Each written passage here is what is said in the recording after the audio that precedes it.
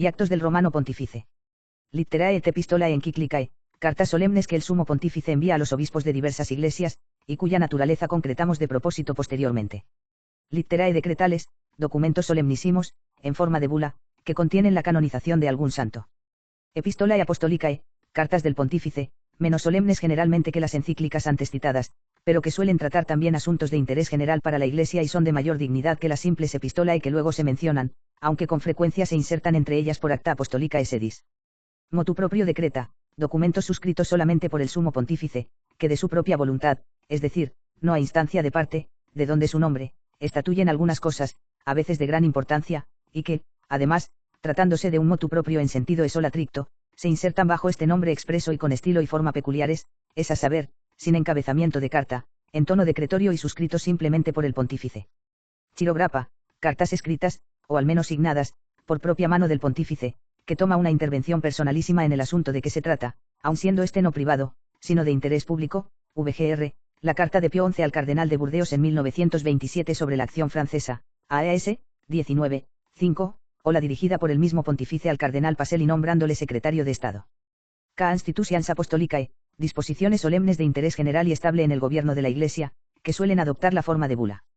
Litterae Apostolicae, en sentido lato han designado muchas veces los documentos pontificios más importantes, encíclicas, constituciones, bulas y breves, en contraposición a los decretos de las sagradas congregaciones. En el actual estilo de la curia se insertan bajo este epígrafe las disposiciones referentes al gobierno general de la Iglesia que no alcanzan la dignidad de constituciones, y suelen adoptar la forma de breves, es decir, que vienen a corresponderse con una sola clase de las anteriores litterae, las litterae apostolicae in forma brevi. En esta categoría se incluyen los breves de beatificación de los siervos de Dios. Epistolae, o cartas referentes a cosas o personas públicas de la Iglesia, suscritas simplemente por el Pontífice, que no pretende darles la importancia de las otras cartas arriba mencionadas, menos 80 sermones, homiliae, allocutiones en consistorio, cuyo concepto no necesita ulterior declaración, a los que pueden añadirse los discursos, tan frecuentes en las audiencias públicas, que suelen publicarse en el Eosermoloe Vatore Romano, pero que alguna vez se relatan también por acta apostolicae sedis. Los mensajes radiofónicos son la forma más moderna de comunicación del Supremo Pastor con su Grey, y no raramente aparecen publicados en el periódico oficial de la Santa Sede, VGR, AES, 26, p. 577. Dos convenciones entre la Santa Sede y las potestades civiles, generalmente llamados concordatos.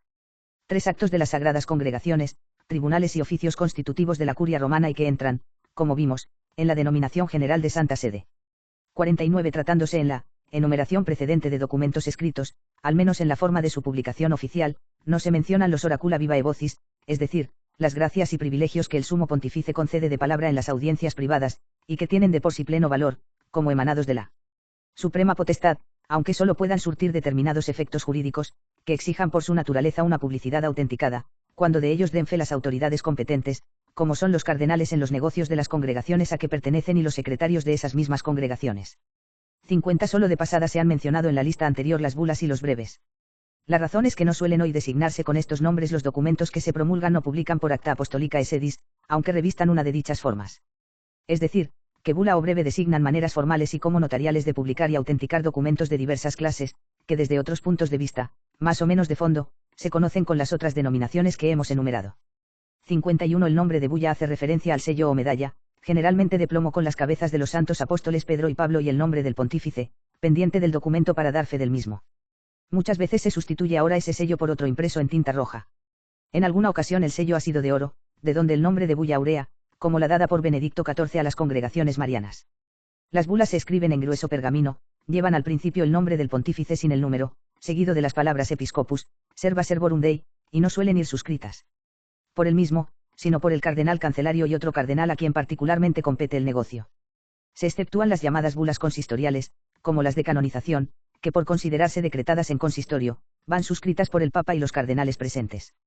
Forma de bula revisten las que antes llamamos litterae decretales o de canonización, las constituciones apostólicas, tanto dogmáticas, VGR, la definición del dogma de la Inmaculada, como disciplinares, la misma confirmación solemne de muchos concordatos, cual el español de 1851, etc. 52 Los breves se escriben en pergamino más delgado, llevan el nombre del pontífice con su número y se dan su vanulo piscatoris, es decir, un sello rojo con la imagen de San Pedro pescando. No se suscriben por el romano pontífice, sino por el cardenal secretario de Estado, y si son de menor importancia, por el secretario de breves. Es esta la forma ordinaria, como dijimos, de las Litterae Apostolicae. 53 También se habrá echado de menos en el catálogo la mención de leyes y de otros términos igualmente significativos para designar documentos de carácter jurídico, que no pueden menos de tener lugar, como sabemos que lo tienen, en el régimen y gobierno de la Iglesia. El Código Canónico habla en su libro primero de leyes eclesiásticas, de rescriptos, de privilegios y de dispensas. Pero estos conceptos no se traducen hoy adecuadamente, en el uso de la curia romana y de los canonistas, en otras tantas clases de documentos, es decir, que los mismos documentos ya enumerados pueden ser leyes, rescriptos, privilegios o dispensas, desde otros puntos de vista. 54 Ley en la Iglesia no tiene un significado formal tan neto como lo tenía, VGR, en los estados civiles bajo el régimen de división de poderes. Significa una norma general y estable ordenada al bien común de la Iglesia y se contrapone los preceptos particulares de que habla el Canon 24, pero por razón de la forma se puede intimar y promulgar en una carla, en un motu proprio, en una constitución apostólica o en el decreto de una congregación, y revestir la solemnidad de una bula u otra forma más sencilla. El propio código, que en hoy la ley disciplinar más importante de la Iglesia latina, recibió a una autoridad y fue promulgado por la Constitución Apostólica en forma de bula, de Benedicto XV. Providentissima Mater Ecclesia, el día de Pentecostés de 1917. 55 Por semejante manera, rescripto significa nota o contestación escrita a una petición, y puede revestirse de diversas formas y tener contenidos muy diversos. Incluso, siendo opuesto por su concepto al motu proprio o decisión espontánea del pontífice, nada impide a este, con ocasión de una súplica, emplear en un rescripto la cláusula motu proprio, que produce entonces particulares efectos. Canon 45 y six. 56 Privilegio viene a significar tanto como ley privada, peculiar de algunos o para algunas cosas, mientras dispensa es legis in casu especial y relaxatio, C80, es decir, levantamiento de la obligatoriedad de la ley en un caso especial, y es claro que uno y otra puedan ser objeto de una súplica y del consiguiente rescripto y recorrer en la forma toda la gama de resoluciones pontificias, desde el oráculo viva vocis hasta la más solemne. 57 Todavía nos queda por hacer una observación importante: la mayoría de los documentos mencionados, con las excepciones que en su propia descripción quedan hechas, VGR, las Litterae decretales, son capaces de un contenido tanto dogmático como disciplinar o litúrgico. Así hay constituciones dogmáticas y disciplinares, y cosa análoga puede decirse de los motu proprio, de las Litterae Apostolicae, de los decretos de las congregaciones y, por supuesto, de las bulas y breves, que tanto pueden contener puntos de doctrina como leyes, preceptos u otras resoluciones de buen gobierno. 58 En suma, queda demostrado a posteriori, después de la enumeración que de los documentos pontificios hemos hecho, que su valor doctrinal y jurídico no tanto depende de denominaciones y criterios formales y externos cuanto del conjunto de todos los elementos de fondo y forma del documento en cuestión, elementos muy numerosos, pero que sumariamente ya han quedado indicados. Por ejemplo, en la técnica jurídica del derecho civil del siglo XIX, un decreto del gobierno no podía derogar una ley, y los mismos nombres, ley, reglamentos, decreto, orden, establecían las jerarquías de los valores. Hoy ya no se ven las cosas tan claras en el mismo derecho civil, y nunca han sido así, aunque por razones diversas, en el eclesiástico. Aquí no basta la técnica jurídica, y ni siquiera será posible un buen canonista que no sea al mismo tiempo un buen teólogo.